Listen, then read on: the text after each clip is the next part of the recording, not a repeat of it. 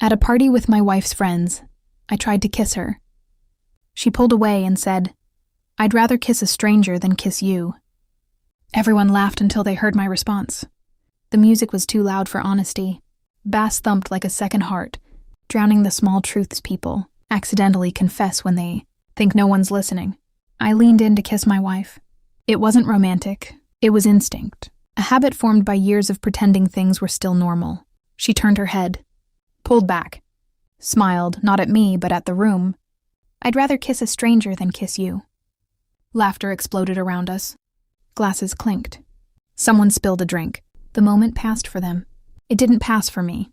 I felt the sentence land inside my chest, not sharp, surgical. Precise, like it had been practiced. I watched her eyes while they laughed. They didn't look embarrassed. They looked relieved, as if she'd finally said something she'd been holding in for a long time. I smiled too. That's what I do when something breaks quietly. The room spun in fragments, faces, perfume, heat, her hand already pulling away from mine. And then my phone vibrated in my pocket. Once, a message preview lit the screen. A name I recognized, a name that didn't belong to a stranger. I didn't read the message right away. I already knew what it would say, because I'd seen that name before, on her phone, late at night. Because I'd watched her tilt her screen away from me like a reflex. Because intimacy had turned mechanical, scheduled, empty. Because her contempt slipped out too easily in public. I excused myself. Bathroom, balcony, air. The message was short. She laughed. He noticed. No punctuation. No fear. Just confirmation. My wife's friend. The one who always watched us. The one who knew where we'd sit. The one who laughed a little too late at my jokes. I leaned against the wall and let the noise bleed through the door. Denial tried to rise. It didn't last. Too many moments aligned with cruel clarity. The canceled weekends. The girls' nights. The way my wife had stopped.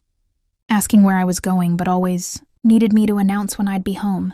I went back inside, put my arm around her waist. She stiffened. Just for a second. That second told me everything. I didn't confront her.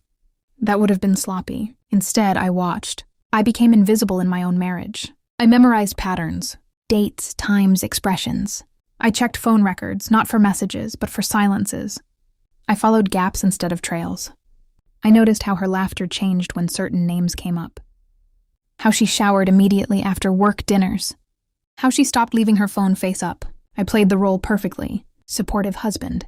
Unthreatening. Predictable. Inside, I was cataloging everything. I didn't need proof yet. I needed certainty.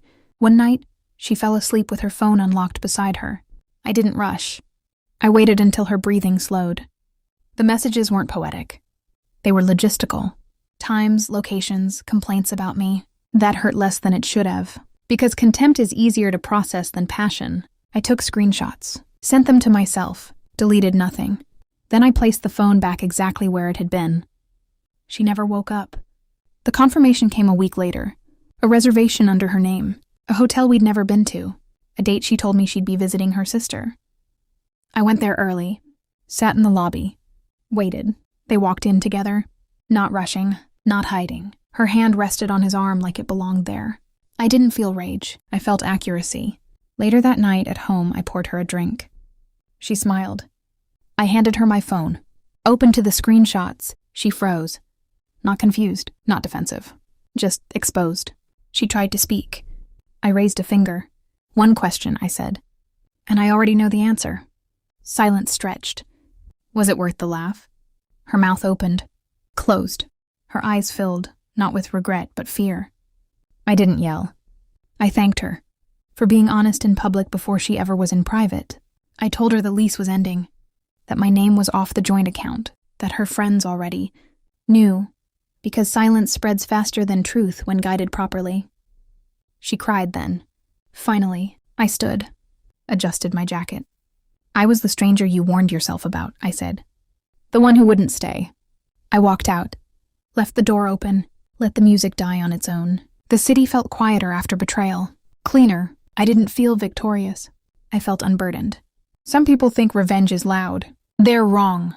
It's the moment you stop needing to explain yourself. The moment their words lose all power. I never kissed her again. I never needed to, because the last thing she ever gave me was the truth. And it freed me. I don't hate her. I don't miss her. I remember her the way you remember a locked door you no longer need to open, with calm, with distance, with nothing left inside.